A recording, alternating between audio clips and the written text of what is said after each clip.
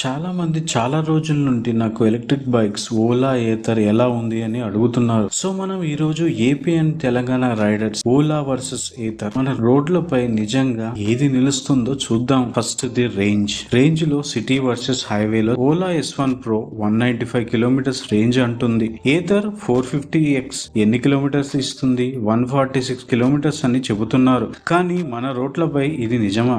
Vijayawada and Hyderabad riders share చేసిన real data మీకు తెలియజేస్తున్నాను.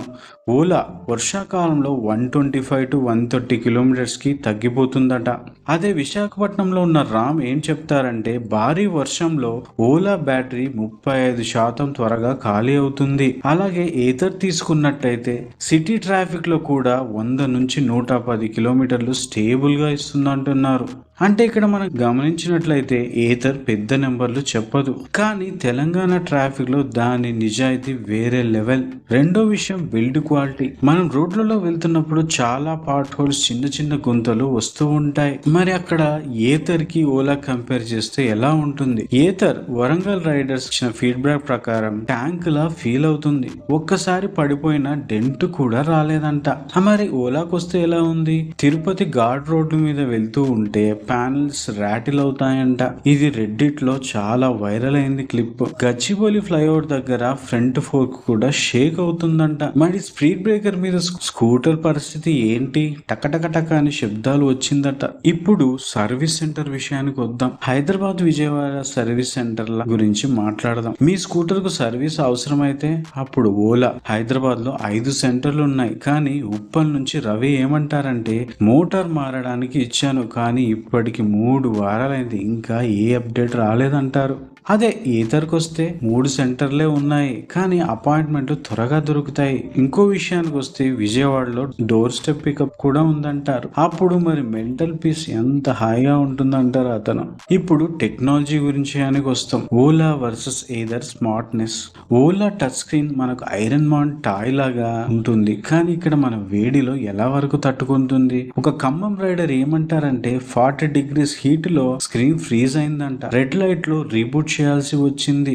అదే ఏథర్కి వస్తే సింపుల్ ఇంటర్ఫేస్, కానీ త్వరగా రెస్పాండ్ అవుతుంది. ఓల్డ్ సిటీ గురించి మాట్లాడినట్లయితే చార్మినార్ దగ్గర ట్రాఫిక్ లో వెళ్తురు గూగుల్ మ్యాప్స్ ఫెయిల్ అయినా ఏథర్ డాష్ బోర్డ్ నాకు మార్గం చూపించింది అంటారు. ఓలా అంటే స్టైల్ కనిపిస్తుంది, కానీ కొన్ని గ్లిచెస్ ఉన్నాయి. మరి ఏథర్ విషయానికి వస్తే అది సబ్స్టెన్స్ అండ్ నిజంగా పనిచేస్తుంది. Hidden cost. Charging and maintenance పరిస్థితి ఏంటి? పెట్రోల్ ఖర్చు తగ్గాలని ఎలక్ట్రిక్ వెహికల్ ని తీసుకున్నారు కదా, మరి వీటి లెక్కలు ఎలా ఉన్నాయో చూద్దాం. హైదరాబాద్ ఛార్జింగ్ ఖర్చు వారానికి ఓలాకు మనకు 120 రూపీస్ వస్తే ఏథర్ కి 85 రూపీస్ వచ్చింది. అదే టైర్లు మార్చడానికి ఓలాకు 2500 వస్తే ఏథర్ కి 3200 వచ్చింది. ఇది ప్రీమియం టైర్ అన్నమాట. మనకి ఇక్కడ ఓలా సర్వీస్ బిల్లులు చూస్తే పెట్రోల్ స్కూటర్ ట్రామా గుర్తొస్తుంది. ఇక్కడ రియల్ ఓనర్స్ వాళ్ళ విషయాల్ని ఇంకొన్ని చెప్పారు. గుంటూరు రవి ఏమంటారు అంటే ఓలాను ఫీచర్స్ చూసి చాలా బాగున్నాయని తీసుకున్నా, కానీ 8 నెలల్లోనే ఏథర్కు మారాను. మనశ్శాంతిగా ఇప్పుడు ఉంది.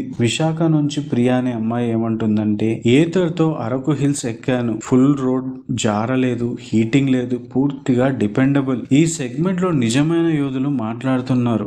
ఏమీ ప్రచారం లేదు, పక్షపాతం లేదు, కేవలం నిజాయితీ మాత్రమే. మరి ఇప్పుడు ఫైనల్ వెర్డిక్ట్ కి వెళ్దామా?